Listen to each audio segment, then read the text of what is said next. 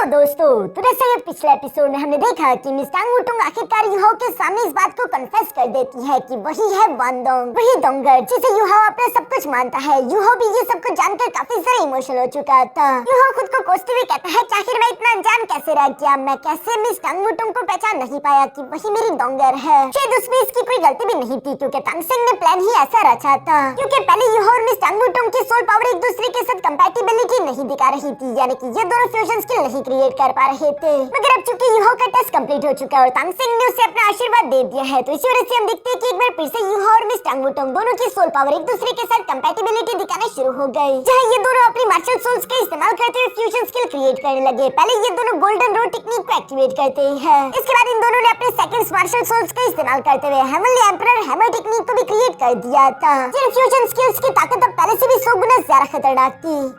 अब आगे तो अब नेक्स्ट एपिसोड की शुरुआत भी यहाँ पर बिल्कुल उसी सीन से शुरू होती है, जहाँ first fusion skill golden road activate करने के बाद second fusion skill heavenly emperor hammer technique in दोनों ने एक्टिवेट कर दी थी। इन दोनों फ्यूजन स्किल की ताकत दिखाने के बाद ये दोनों अपने थर्ड फ्यूजन स्किल को एक्टिवेट करते हैं, जहाँ पर युहो की स्पिरिट आइज और मिस टांग वुटुंग का हाउटियान हैमर दोनों की पावर्स एक दूसरे के साथ फ्यूज होकर कंबाइन होती है, और इसी की वजह से वहाँ स्पिरिचुअल स्टोन टेक्निक क्रिएट हो गई। तो स्पिरिचुअल स्टोन फ्यूजन स्किल काफी ज्यादा खतरनाक दिखाई दे रहा था। इसके बाद ये दोनों अपने fourth soul fusion skill technique को एक्टिवेट करने लगे, जिसमें युहो आइसफियर स्कॉर्पियन एम्प्रेस की पावर, जबकि दूसरी तरफ मिस टांग वुटुंग की लाइट गॉड बटरफ्लाई विंग्स की पावर कंबाइन होकर फ्यूज होती है, और इनके फ्यूजन की वजह से icefire frost solo dance technique या फिर light goddess butterfly dance technique create होती है। यही इन दोनों की चार काफी ज्यादा पावरफुल सोल फ्यूजन स्किल थी, जिसका नमूना इन लोगों ने सबको दिखा दिया था। आखिरकार ये दोनों अपनी पावर्स को डीएक्टिवेट करते एक दूसरे के काफी करीब आ चुके थे, जो देखकर मिस जीसुई यहाँ इन दोनों को कांग्रेचुलेशन बोलते हुए कहती है, युहो टांग वुटुंग कांग्रेचुलेशन, क्योंकि तुम दोनों सी गॉड फेस्टिवल के इस जनरेशन के फर्स्ट कपल बन चुके हो।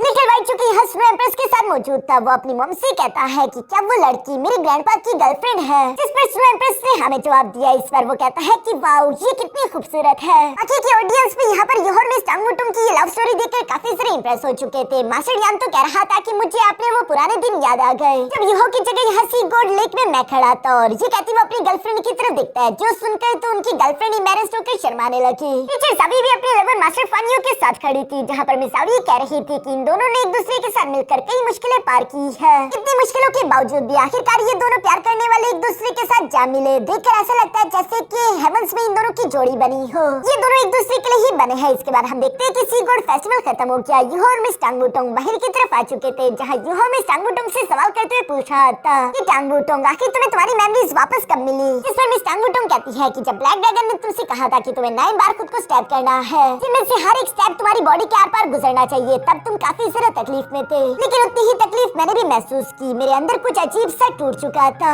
ऐसा लग रहा था जैसे कि मेरे दिल और दिमाग पर किसी तरह की सील लगी हुई थी, और वो सील धीरे धीरे करके कमजोर होते हुए क्रैक्स होने लगी। उसी वजह से मुझे पास की कई सारी मेमोरीज टुकड़ों में दिखाई देने लगी, जैसे कि मेरा बचपन। ये कहती हमें मिस टांग वुटुंग का बचपन डिवाइन रेल्म में दिखाया जाता है, जहाँ वो बचपन में काफी ज्यादा चुलबुली और शरारती थी। तांगसेंग और जावू ने उसे काफी प्यार से बड़ा किया था, लेकिन टांग वुटुंग जब भी यहाँ डोलू कॉन्टिनेंट के पास आती, उसे हमेशा नीचे आने का मन करता। वो नीचे इंसानों के पास आकर देखना चाहती थी क्या है नीचे की दुनिया कैसी है। इसलिए तांगसेंग ने आखिरकार वुटुंग को हाउटियान हैमर सेक जाने की इजाजत दे दी थी, लेकिन बदले में उसने मिस टांग वुटुंग की सारी पास्ट मेमोरीज उससे छीन ली, ताकि मिस टांग वुटुंग को कोई परेशानी ना आए। मिस टांग वुटुंग को अपना बचपन या फिर कोई भी पुरानी मेमोरी याद नहीं थी कि वो कैसे डिवाइन रेल्म से यहाँ पर आई है। मास्टर न्यूटियानो टाइटियान ने मिस टांग वुटुंग की जिम्मेदारी संभाली, और मिस टांग वुटुंग को एक नया नाम वानडोंग का दिया गया। जिस नए नाम और नई आइडेंटिटी के साथ वानडोंग यहाँ शेक एकेडमी आया, और उसकी मुलाकात युहो से हुई। बाद में धीरे धीरे कहानी बढ़ती रही। युहो को मालूम हुआ कि वानडोंग असल में वानडोंगर है, लेकिन क्यान को लव वैली में जब मिस डोंगर ने खुद को युहो के लिए सैक्रिफाइस किया, तो वो डीप स्लीप में चली गई थी, जहाँ युहो से लेकर हाउटियान सेक्ट वापस ले आया। मास्टर न्यूटियानो टाइटियान काफी जरा गुस्से में थे, क्योंकि वो अपने मास्टर तांगसेंग की बेटी टांग वुटुंग को इस हालत में नहीं देखना चाहते थे। जावू भी अपनी बेटी को इस कंडीशन में देखकर काफी उदास थी, और वो अपने हस्बैंड तांगसेंग से कहती है कि टांग वुटुंग की मदद करो। जिस पर हम देखते हैं कि तांगसेंग ने अपनी पावर्स का इस्तेमाल करते हुए मिस टांग वुटुंग को डीप स्लीप से जगा दिया था, उसे उसकी पुरानी पावर्स भी लौटा दी। और उसके बाद की बाकी की कहानी तो तुम सब लोगों को मालूम है कि कैसे वो दोबारा से शेक एकेडमी आई। उसे लगा कि वो डोंगर नहीं है, लेकिन यूहो ने जब खुद को स्टैब किया तो उसके दिल पर लगी हुई सील टूट गई और उसकी सारी पुरानी मेमोरीज वापस लौट आई और अब मिस टांगुटोंग के पास उसकी पुरानी मेमोरीज और पुरानी ताकतें सब कुछ है। जो सब सुनकर तो यूहो इमोशनल होते हुए मिस टांगुटोंग से कहता है कि अब आज के बाद मैं तुमसे कभी अलग नहीं होना चाहूंगा, हम दोनों हमेशा एक साथ रहेंगे।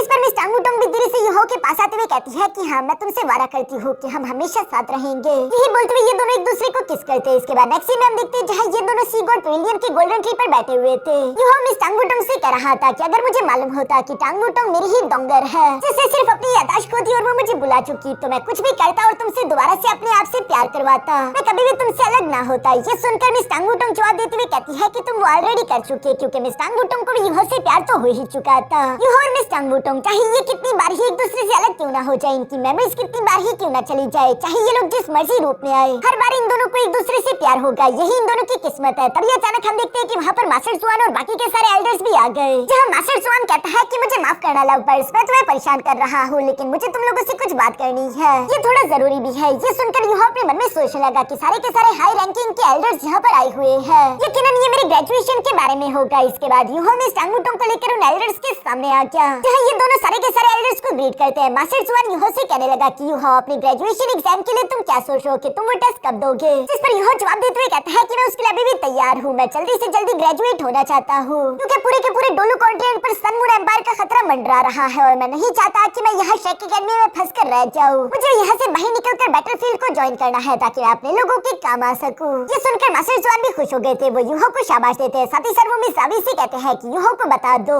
इस ग्रेजुएशन एग्जाम की क्या रिक्वायरमेंट है और इसका क्या पैटर्न होगा। जिस पर मिस जावी सामने की तरफ आते हुए यूहो को बताती है कि शेक एकेडमी के हर एक इनर कोड यार्ड के डिसाइपल की ग्रेजुएशन को सी गॉड पेविलियन खुद ही कस्टमरली डिजाइन करता है। हमारे ग्रेजुएशन टेस्ट को भी हमने पर्सनली कस्टमाइज किया है, जैसा कि हम अच्छे से जानते हैं कि तुम एक पावरफुल सोल इंजीनियर साथ ही साथ मार्शल सोल मास्टर हो, इसलिए यूहो तुम्हारे दोनों ही सिस्टम्स का अलग अलग टेस्ट लिया जाएगा, जहाँ तुम्हारे सोल इंजीनियरिंग का टेस्ट मास्टर कैंडू लेंगे, जिसमें तुम्हें एक लेवल 9 का फिक्स सोल गाइडेंस शेल बनाना होगा और दूसरी तरफ मार्शल सोल डिपार्टमेंट के एग्जाम देने के लिए तुम्हें मास्टर यान को हराना होगा। मास्टर यान शाओसी तो काफी ज्यादा ताकतवर थे, जो सुनकर यूहो भी सरप्राइज होते हुए कहता है कि डीन यान तो एक लेवल 96 के सुपर डोलू मास्टर है, आखिर उन्हें कैसे हरा सकता हूँ। इस पर मास्टर यान सामने की तरफ आते हुए कहता है कि हम सब ने पहले ही तुम्हारी एबिलिटीज को देख लिया है और तुम यकीनन ये कर सकते हो, चलो मैं तुम्हारे लिए इतना कर दूंगा कि मैं तुम पर जरा हल्का हाथ रखूंगा, इवन कि मुझे हराने में टांगुटोंग भी तुम्हारा साथ दे सकती है। दूसरी तरफ हम देखते हैं कि मिस जुआन लिनीर भी सामने की तरफ आते हुए कहती है कि मैं भी तुम पर जरा सख्ती नहीं करूंगी, लेवल 9 का सोल गाइडेंस सोल बनाने के लिए तुम मास्टर जीवन की मदद भी ले सकते हो। और ये अभी भी बिल्कुल नामुमकिन जैसा था। यूहो अच्छे से जानता है कि उसे फंसाए जाने की कोशिश की जा रही है। दूसरी तरफ टीचर जावी यूहो से कहती है कि इसके अलावा तीसरे टेस्ट भी होगा,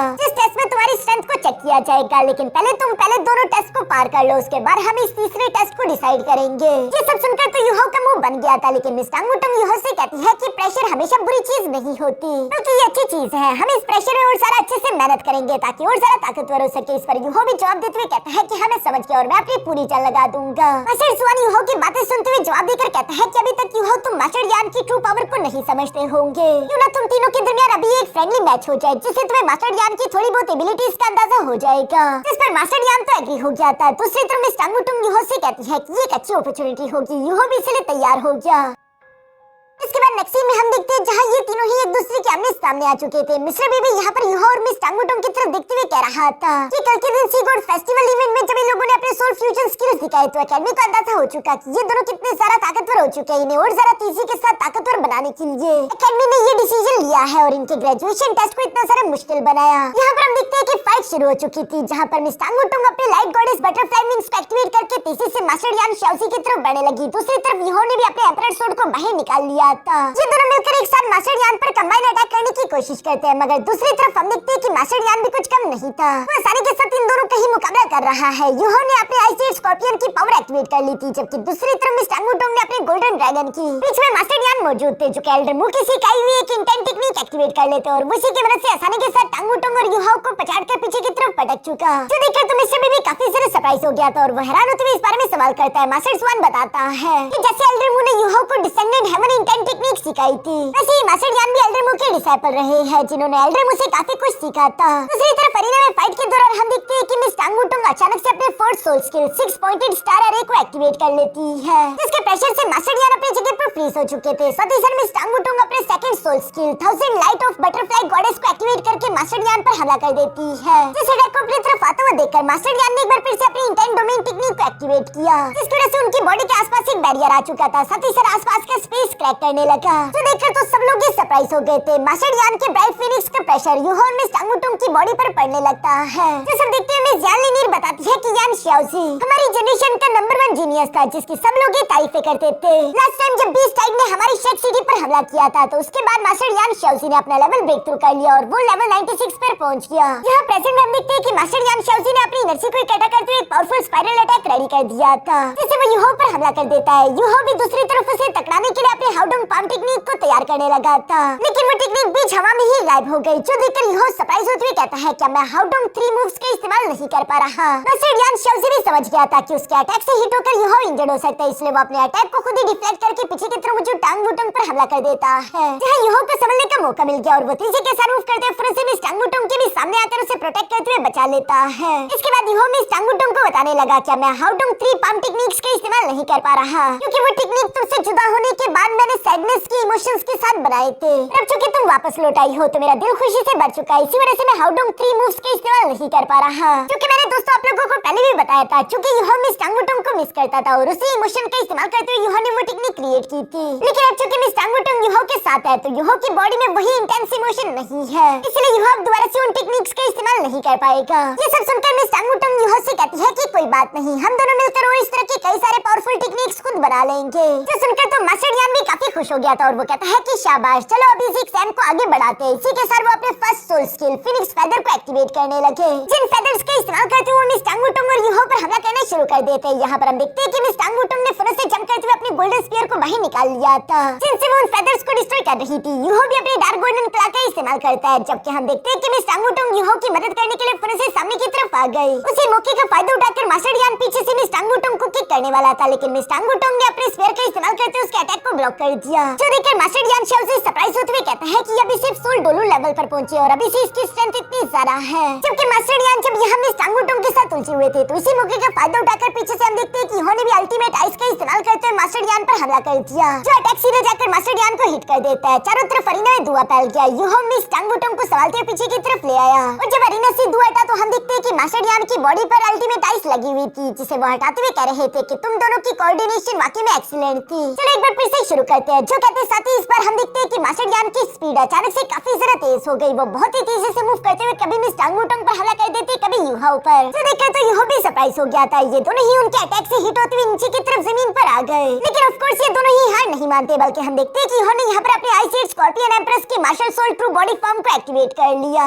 जिसकी वजह से वो कूल तरीके से ट्रांसफॉर्म हो जाता है। ट्रांसफॉर्म होते ही हम देखते हैं कि यूहो ने फिर से snow dance extreme ice domain technique create करी, जिस वजह से पूरे के पूरे अरीना में ही अल्टीमेट आइस चारों तरफ फैल जाती है। मगर दूसरी तरफ मास्टर यान देखकर कहता है कि बेशक तुम्हारी ये टेक्निक अच्छी तो है, लेकिन मेरे ब्राइट फिनिक्स के सामने ये कुछ नहीं। मेरी रेडियंट फ्लेम आसानी के साथ तुम्हारी इस अल्टीमेट आइस को कंज्यूम कर लेगी। ये बोलते ही मास्टर यान अपने रेडियंट फ्लेम का इस्तेमाल करते हुए यूहो के ice and snow domain technique को पूरी तरीके से खत्म कर देता है। चारों तरफ मास्टर यान की एनर्जी फैल रही थी, जो सब देखकर बाकी के एल्डर्स कह रहे थे किस तरह से तो यूहो और टांगुटुंग हार रही है। ऐसा लग रहा था कि मास्टर यान के रेडियंट फ्लेम ने उन दोनों को पूरी तरीके से हरा दिया, मगर हम देखते हैं कि यहाँ पर उस रेडियंट फ्लेम के ऑर्ब के अंदर अभी भी थोड़ी बहुत अल्टीमेट आइस बाकी थी। यूहो हार मानने के लिए तैयार नहीं था। वो मास्टर यान से कहता है कि अभी तक मैं हारा नहीं हूँ, मैंने तो ट्रू अल्टीमेट आइस का इस्तेमाल भी नहीं किया। इसी के साथ हम देखते हैं कि यूहो यहाँ पर पहली बार अपने सारे स्पिरिट्स के अल्टीमेट आइस की पावर्स के एक साथ इस्तेमाल करता है, जिनकी वजह से यूहो ने एक बार फिर से snow dance extreme ice domain create किया। और सिर्फ यही नहीं, बल्कि मिस टांगुटुंग ने भी अपनी एनर्जी यूहो के साथ शेयर करना शुरू कर दी थी, जिसके बाद हम देखते हैं कि यूहो जोरो के साथ जमीन पर पंच करता है। इसी के साथ वहाँ पर अल्टीमेट आइस का एक बड़ा सा टोर्नेडो आ गया, जो पूरे अरीना में फैल जाता है। मास्टर यान शाओजी की बॉडी धीरे धीरे करके फ्रीज होने लगी थी। इवन कि मिस्टर बीबी भी कह रहा था कि टेम्परेचर काफी तेजी से ड्रॉप हो रहा है। ऑलरेडी अरीना का टेम्परेचर -220 डिग्री तक पहुंच चुका था। इतने लो टेम्परेचर के अल्टीमेट आइस का मुकाबला करने के लिए हम देखते हैं कि मास्टर यान शाओजी फिर से ध्यान लगाने के लिए अपनी जगह पर कल्टिवेशन फॉर्म में बैठ गए, जहां वो अपनी ब्राइट फ्लेम फिनिक्स को फुल पावर के साथ अनलीश करते हैं। जो ब्राइट फ्लेम फिनिक्स टेक्निक बहुत ही ज्यादा खतरनाक थी। हम देखते हैं कि इसकी वजह से वो यहाँ पर यूहो के उस अल्टीमेट आइस को बेशक खत्म कर पाए, लेकिन मास्टर यान ने सोचा नहीं था कि वो इस टेक्निक को कभी यूहो के खिलाफ इस्तेमाल करेंगे। यूहो और मिस टांगुटुंग वुटोंग भी हैरान होते उनके सामने मौजूद थे, जहाँ पर मास्टर यान शाओजी कहता है कि यूहो और टांग वुटोंग तुम दोनों ने काफी अच्छा परफॉर्म किया, लेकिन अब ये मैच यहीं पर खत्म होता है। जिसके बाद हम देखते हैं कि यूहो भी अपनी पावर्स डीएक्टिवेट करके धीरे से मास्टर यान शाओजी की तरफ बढ़ते हुए सवाल करके पूछता है कि मास्टर आपने अभी जो टेक्निक इस्तेमाल की है आपकी खुद की बनाई हुई सोल स्किल है, जिससे आपने अपने सोल पावर को इनहेंस किया, क्या मैं सही कह रहा हूँ? जिस पर मास्टर यान शाओजी भी धीरे से नीचे की तरफ आते हुए कहता है कि हाँ तुमने बिल्कुल सही कहा। इस टेक्निक को बनाने के लिए मैंने काफी सारा रिसर्च की थी, जहाँ पर मैंने इमोशंस को कोर की तरह इस्तेमाल किया, जिन्हें मैं फ्यूज करके सेल्फ क्रिएटेड सोल स्किल को एक्टिवेट करता हूँ। यूहो तुमने भी उन्हीं मास्टर्स से सीखा है जिन्होंने मुझे ये सब कुछ सिखाया। मुझे पूरा यकीन है कि आज की इस बैटल से तुम्हें काफी कुछ सीखने को मिला होगा। वैसे भी तुम अच्छे से जानते हो कि ये सोल गाइडेंस डिवाइस का एरा है जो काफी तेजी के साथ एडवांस हो रही है, इसलिए हम सोल मास्टर्स को भी खुद की खुद टेक्निक्स क्रिएट करनी होगी। सोल मास्टर्स में ना खत्म होने वाला पोटेंशियल है, जिसे जानने के लिए तुम्हें रिसर्च करना जरूरी है। यूहो ये सारी बातें सुनकर जवाब देते हुए कहता है कि सेल्फ क्रिएटेड सोल स्किल्स, हाँ ये मेरे लिए भी एक नया टॉपिक है जिसके बारे में मैं काफी कुछ जानना चाहता हूँ। बस यूहो ने अपने हाउडोंग 3 मूव्स को खुद बनाया था, अब यूहो को फ्यूचर में और सेल्फ क्रिएटेड स्किल्स बनाने होंगे, जिसके लिए यूहो ने आज के दिन मास्टर यान से काफी कुछ नया सीखा। इसलिए वो मास्टर यान का शुक्रिया अदा करते हुए कहता है कि आज की इस बैटल से मिली हुई नई इनसाइट्स का इस्तेमाल करते हुए यकीनन फ्यूचर में मैं खुद को और ज्यादा इंप्रूव करूंगा। दूसरी तरफ मास्टर यान शाओजी भी यूहो को देखते हुए अपने मन में कह रहा था कि अब यूहो अपने अल्टीमेट आइज के ट्रू एसेंस को समझने लगा है। उसकी स्ट्रेंथ इतनी ज्यादा हो चुकी है कि वो किसी title level Douluo soul master का भी से मुकाबला कर सकता है। और जहाँ तक मिस टांग वुटोंग की बात है तो उसके रेडियंट ड्रैगन बटरफ्लाई विंग्स की पावर ये भी काफी ज्यादा मिस्टीरियस है, जिसमें बेइंतहा पोटेंशियल है। मास्टर यान शाओजी जब यहाँ ये सब कह रहा था तभी मास्टर जुआन कहता है यहाँ आने वाली फ्यूचर में ये दोनों और ज्यादा मैच्योर होंगे। बस सवाल तो सिर्फ यही है कि क्या डोलो कॉन्टिनेंट इन दोनों को इनके पीक ट्रू पोटेंशियल तक पहुंचने का टाइम देगा या नहीं। दूसरी तरफ हम देखते हैं कि यूहो भी यहाँ पर मिस टांग वुटोंग के साथ हाथ मिलाते हुए कह रहा था कि इमोशंस एक सेंस है, बिल्कुल बाकी के सेंसेस की तरह जो कि सोल पावर से जुड़ा हुआ है, लेकिन इसे एक्सप्लेन करना बाकी के सेंसेस की तरह आसान नहीं है। पिछली बार जब हम दोनों जुदा हुए थे तो वो इमोशंस बहुत ही ज्यादा स्ट्रॉन्ग थे और उन्हीं की मदद से मैं हाउडोंग 3 मूव्स को बना पाया। अब मैं यही सोच रहा हूँ कि क्या मैं new self created soul skills को बनाने के लिए उनके अंदर इमोशंस को इन्फ्यूज करूँ, पर मैं समझ नहीं पा रहा कि आखिर मैं किस इमोशन का इस्तेमाल करूँ। इस पर मिस टांग वुटोंग जवाब देते हुए कहती है कि यूहो तुम्हें इस इमोशन का इस्तेमाल करना चाहिए। ये बोलते हुए यूहो के सोल को अपने साथ एक अजीब सी मेमोरी स्पेस में ले आती है, जहाँ पर इन दोनों की सारी मेमोरीज इन दोनों की आंखों के सामने थी। कैसे ये दोनों पहली बार एक दूसरे से मिले और पहली बार इन दोनों की फाइट हुई थी, जहाँ लड़ाई से शुरुआत हुई लेकिन बाद में इनकी दोस्ती गहरी होने लगी। इन लोगों ने पहली बार अपने सोल फ्यूजन स्किल का इस्तेमाल किया और भी ऐसी कई सारी इमोशंस, जैसे डोंगर फॉर्म में आने के बाद सीगोल्ड पेविलियन में पहली बार इन दोनों का आमने सामने आना और अपने प्यार का इजहार करना,